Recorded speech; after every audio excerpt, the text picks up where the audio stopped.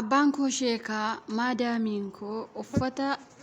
hijaabaa fi abaayyaa narraa baafte seenaa obboleettii keenya takka isiniif qooda. Ashama akkam jirtu hordoftoota kiyyaa ani jira galata rabbii siillee baga jiraattanii baay'een keessan seenaa akka duriitti itti fufi malee viidiyoo amma TikTok irraa waraabdee fiddu maaliif fiddaa waan akkasiin barbaannu barumsan qabu jettanii jirtanii haa ta'uuti akka ollaan buleetti bulu jedhanii ijoollee keenya Saawudii keessatti dararamaa jirtu ifne seenaarraa haasa'uun xiqqoo hin dabbara. Kanumaaf addaan kutee seenaa obboleettii keenya isiniif qooda keessaafuu ijoolleen Islaamaa obboleettiin keenya maal keessa akka jirtu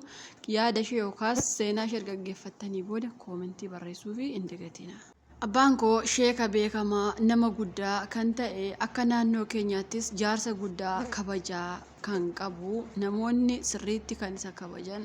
zarummaan zariin keenya islaama waan taaneef guyyaa tokkollee ijaabni nurraa bahee qullaa keenya deemu miti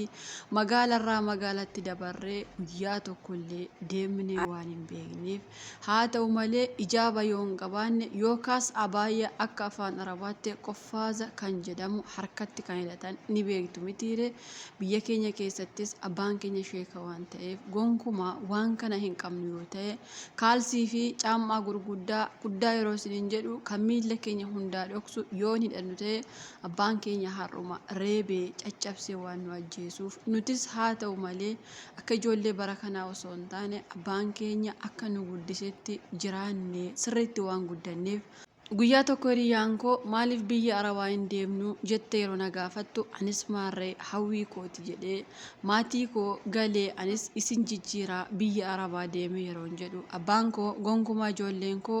biyya arabaa deemu miti magaalarraa magaalattuu akka dabartee biyya kana keessa hojjettu hin barbaadu dubartiin manaa bahuun haraamaa jedhee yeroo natti himu anis gonkumaa jecha abbaa koo dhaga'uu dhiisee hiriyyaa koo faana magaala Bishooftuutti erga bannee torbee lama teenyee booda amantaa kiyyas nin kabaja hijaaba kiyyas nin kabaja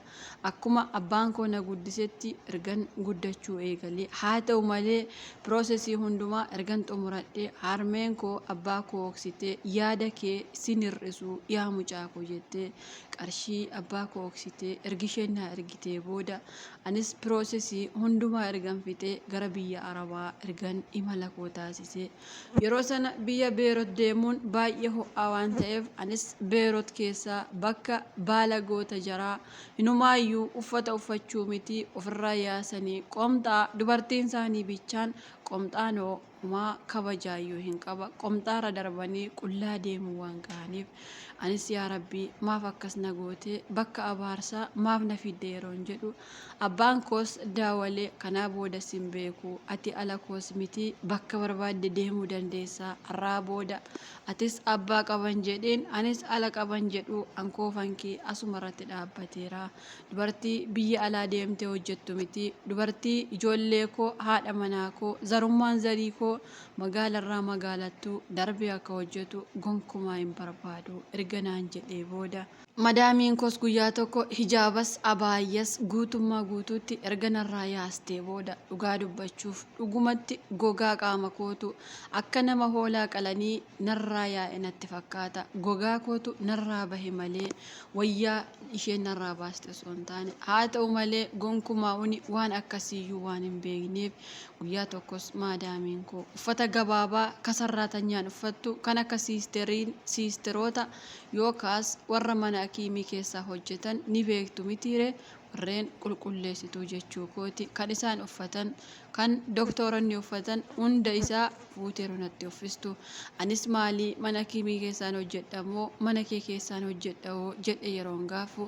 gonkumaa surree jalatti hidhattu wayyaan kun bitaaf mirgaan baqaqaa yeroo ta'u yeroon baqaqaa isiniin jedhu citaadha bukkee lamaan yookaas luka kiyya lamaan saarraan duraan surreenuu jalatti uffatama mitiire isheen garuu surreeyyuu akkan jalatti hin uffanne erga na gaafattee booda abaayyaa fi hijaaba'anii biyya kiyyarraa fudhee gara biyya isaanii deeme osuma ijji koo argu gubdee si baalaa keessaa deemii fudhu erga yeroo isheen naan jettu anis baay'ee tokko rifadhee akkamittiin kuni ta'uu danda'a ani seeraan dhufee miti moo ijaaba kiyya maaf na jalaa gubdaa abaayya kiyyas maaf gubda yeroon jedhu maadaamiin kos gonkumaa waan kun hin hojjetu erga naan jettee booda ijoolleen manicha keessa jirtu dhiira gurguddaa waan ta'eef guutummaa guutuutti qaama koo ilaalaa waan oolaniif anis waan godhu wallaalee harmee koo daawwalee waan akkas akkasii jira malli koo maalii yeroon jedhu anis yeroon ishee gaafa harmeen koos maaloo dhiisii koottu waan kun haraamaa gonkumaa duraanuu abbaan kee didee jira situ didee deeme malee jette yeroo na gaafattu anis gonkumaa gara biyya kootti yoon deebi'e abbaan koos na ajjeesuu waan danda'uuf takka argan biyyaa bahee indalagadha argin jedhee haa ta'u malee mana dhiiraa keessa rifeensa koo mul'isee akkanatti qaama koo mul'isee hojjechuu yeroon eegale anis yaanni ijoollummaa erga na hatu eegalee yeroo isaan na faana kolfan anis waliinan kolfa yoo isaan na faana taphatan anis waliinan taphadha islaamummaa keessaa iyyuu bahee garuma isaan deemanitti deemuu ergan eegalee naannoo waggaa 2 fixee waan hin jiruuf harmeen koos dhiisii koottuu waan isheen naan jetteef harmee koos hundumaa iyyuu namoota firoottan koo ta'an bilookkii godhee jireenya koo hundumaa gara jara kanaatti deeffadhee ergan jiraachuu eegalee waggaa 2 ergin fixee haa ta'u malee waggaa 2 booda qaama koo irratti wanti mul'achaa dhufe ilma namaa kamirrattuu hin mul'anne waan ta'eef anis abaarsa rabbiitu na qabatee abbaa koo na abaare jedhee abbaa kootti daawwalee yeroon gaafadhu na abaarte moo qaamni koo na dhiitaa akkuma bishaanii bubburuqa deemee miilli kiyyas na dide yeroon jedhu abbaan koos ganaa si abaaruu miti reeffi kee gara biyyaatti illee akka hin galle jarri kukkuttee qoshaashatti akka si naqxu si abaareeraa eeyyen abaarsa koo rabbiin naaf dhagahaa intala sheekaa taate ani abbaan kee osoon sheeka ta'ee quraana hundumaayyuu barsiisaa otoo hin jiru namni islaaman taaneyyuu na biratti dhufee otoo islaama ta'aa jiru ati garuu na biraa kafartee jirta kan koo miti yeroo inni jedhu ani garuu lakki yaa abbaa koo ani hin kafarree hojiif biyyaa bahee malee jedhe yeroo isa gaafu innis lakki kafarteetta dubartiin tokko biyyarraa biyyatti gaafa dabartu kafarte jedhamti waan isaan si godhan maalittan beekaa ijaaba kee uffachaa jirtaa yeroo inni naan jedhu anis imimmaan koo qabachuu dadhabee ijaabas wayyaa hundumaa narraa yaasanii gubanii yeroon jedhu abbaan koos battalumaan rifatee ukkuba onnee godhatee mana kiimii geessanii naannoo waggaa tokko qabeenya erga irratti fixanii abbaan koos galanni kan rabbiiti xiqqoo ergi wayyee amma naannoo baatii 2 waan ta'eef namoonni na beekan ishee abbaan isheef jedhee addunyaa kanarraa darbee oole ishee baalagitti rabbachi isheen gashiin jedhanii yeroo na abaaran inumaayyuu akka naannoo keenyaatti ijoolleen islaamaa biyya arabaa deemuun xiqqoo kolfa waan ta'eef haa ta'u malee ani garuu waan godhus wallaalee biyya arabaa kana keessatti sammuu koos wallaalee jecha abbaa koos gocha abbaa koos hundumaayyuu mataa koottis qabadhee har'a garuu gara biyyaa galuuf dhugumatti ani qullaa kooti maadaameen koo ijaabni mana kootti hin galu waan jetteef naannoo waggaa 2 olii qullaa koo hojjechaa waan hin tureef rifeensi koos qullaa qaamni koo hundaayyuu qullaa waan ta'eef dhugumatti ani amma abbaa kootti maal jedheen deebi'ee galaa mee isin yaada keessan naaf qoodaa abbaan koo anaaf jedhee addunyaa kanarraa boqotee oole haa ta'u malee abaarsi abbaan koo na abaare ammallee akkuma na abaaretti waan jiruuf abbaan koo naa dhiisi yoon jedhes gonkumaa addunyaa aakiratti siif hin dhiisu jedhee waan na abaareef anis waan godhu wallaalee abaarsi abbaa koo sammuu koo na tuqee amma gara biyyaa galuuf waan gochuu wallaale abbaan koo yoo ishee arge lubbuun koo iyyuu na keessa abbaatii waan ta'eef intala sana silkii ishees akkanatti hin daawwachiifne jedhee maatii kiyya abaaree waan jiruuf ani garuu abbaa koo arguu waan hin barbaadeef abbaa koos dhiifama gaafachuu waan hin barbaadeef inni garuu sababii isheetti yoon ishee arge lubbuun koo na keessaa baati waan jedheef obboleeyyan koo hundaas ija kee arguun barbaannu sababii keetti abbaa keenya dhabne jechuu waan na doorsisaniif mee isin maannaan jettu amma gara biyyaa galuuf yeroo muraasan na hafa yoo isin biyyan galinnaan jettan furmaanni koo fooqii biyya beerootiirraa of darbee of ajjeesuu malee homaa furmaata waan hin qabaanneef dhugumatti jecha abbaan koo naan jedhe cabsee waan hin dhufeef mee har'a immoo gaabbee waan hin jiruuf isin maan naan jettu obboleeyyan kiyyas dhugumatti naan barbaadani osoo na arganii abbaan koon du'a waan ta'eef isaanis na ajjeesuu waan barbaadaniif mee yaanni keessan maali? Ana obboleettii keessan akkuma keessan jijjiirama se'ee gara biyya namaa ofii garuu carraan akkasii na mudate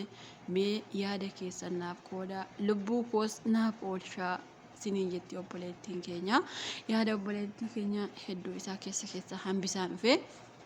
Maaliif yaada isheen barreessite yaada baay'eedha. Yaadota namoota tokko hundumaa akka qilleensarraan oolchine hin beektu. Maaliif kan ta'u keessaa qilleensarra oolchaa kan ta'u immoo wal sataruu waan gaariidha. Tarii miira keessa galtanii seenaa keessa yoo argitan yeroon keessaa hambisu immoo maaf keessaa hambiste akkanaan hin jenne sababiin isaa isiniyyuu booda gortanii gaabbuu dandeessu waan ta'eef obboleettiin keenya akkuma ageessan hijaaba isheetiin biyyaa baatee biyya isheen deemte garuu hijaaba kee ofirraa yaasi jedhanii gubanii akka isheen qullaa deemtu qullaa gaafa isiniin jennu guutummaa guutuutti osoo hin taane hin jira mitiire kan mana akiimii fa'aa keessa ijoolleen uffatanii mana qulqulleessanis haa ta'u yookaas immoo manuma arabaa keessa yoo hin jira irra caalaa saa'udii kana keessa hin jiru waan akkasii bakka tokko qofaa jira uffata bijaamaa namatti uffisan biyya kana garuu biyya beerootti isheen amma jettu kana kan akka surree uffachuu fi wayyaa akka hin taane haphii uffachuun hin jira hundi keessan hin beektanii obboleettiin keenya garuu kanarrayyuu darbanii qaama kiyya kan mul'isu natti hidhanii rifeensa kiyyallee na mul'isiisanii waggaa 2 guutuu akkatti dalagaa ture jechuu jirti. Abbaan kiyyas sababii kootti du'ee oolee malli koo maalii jechuu jirti. Ani akka nama tokkotti yaadaan obboleettii kanaaf qabu yoo jiraate jalqabuma jecha abbaa keessoo ageessee baay'ee gaarii ture. Keessaafuu namoonni sheeka ta'an namoonni amantaa islaamaa keessatti jajjaboo ta'an ijoollee isaanii biyya arabaa geessuu miti. Bakka tokkorraayyuu bakka tokkotti dabarsuu hin barbaadanii maaliif icciitii hundumaa beeku waan ta'eef biyya arabaa keessa hundi baalagee ta'eef osoo hin taane ijoollee isaanii of jala baasuu hin barbaadanii sababiinsa gaafa biyyarraa fagaatan namoota amantii isaaniitti laafantu jira namootumayyuu amantii isaanii dhiisantu jira waan ta'eef kanaafuu abbaan isaanii baay'ee isaan waan shakkuuf biyya baasuu dhiisuu danda'a. Erga abbaan kee biyyaan bahiin siin jedhee osoo iftee baay'ee mata gaarii ture garuu erga ta'ee ergi deemte lubbuu kee baasii jedhee gonkumaa sitti hin dhaamu. Obboleettiin keenya kun jecha isin jettan fuudhee yoo isin biyyaan gadinnaan jettan furmaanni ani qabu fooqirraaf darbuudha jettee an akka yaada kiyyaatti ergi waggaa 2 hojjettee gara biyya kee deebitee maatii yookaas naannoo maatii yookaas immoo firoottan abbaa kee yookaan firoottan harmee kee bira deemtee akka abbaa keetii walitti si fidanii dhiifama siif godhu abbaan kee akkas naaf wayya ture. Sababiinsa har'atti osoo fooqirraaf darbitee duute abbaan keellee akka har'aa ta'uu dhiisuu danda'a. Maatiin keellee sitti gaabbuu danda'anii tokkoffaa yeroo isaan hijaaba sirraa baasan abbaa keetti eeyyan hijaaba narraa baasanii guban jechuu balleessite. Sababiinsa lakki hijaabuma kiyyaan jira osoo itti taate baay'ee takka gaarii xiqqoo sammuu isaa eeguuf gaariidha ture garuu waan sirra ga'e hundaa itti himte aarsite jechuudha. Dhugaa dubbachuuf uffata hijaabaa namoonni uffannaa isaatti beekan gaafa har'a namni tokko hijaaba kana uffatu waan qaldii wayiitti fakkaachuu danda'a. Garuu hijaabni qaldiittis hin uffatamu qaldiittis ofirraa hin molqamu warri beektan ni beektan jechuudha. Maaliif biyya keenya keessatti namni hijaaba uffatu nama muraasa garuu namoonni uffatan gonkumaa yoo ofirraa hin fuudhanii hin beektu. Akka amantaa islaamaattis namni takka hijaaba uffachuu eegalee fuula isaa mul'isuun gonkumaayyuu hin eegamu. Yaada obboleettii keenya qoodaafi.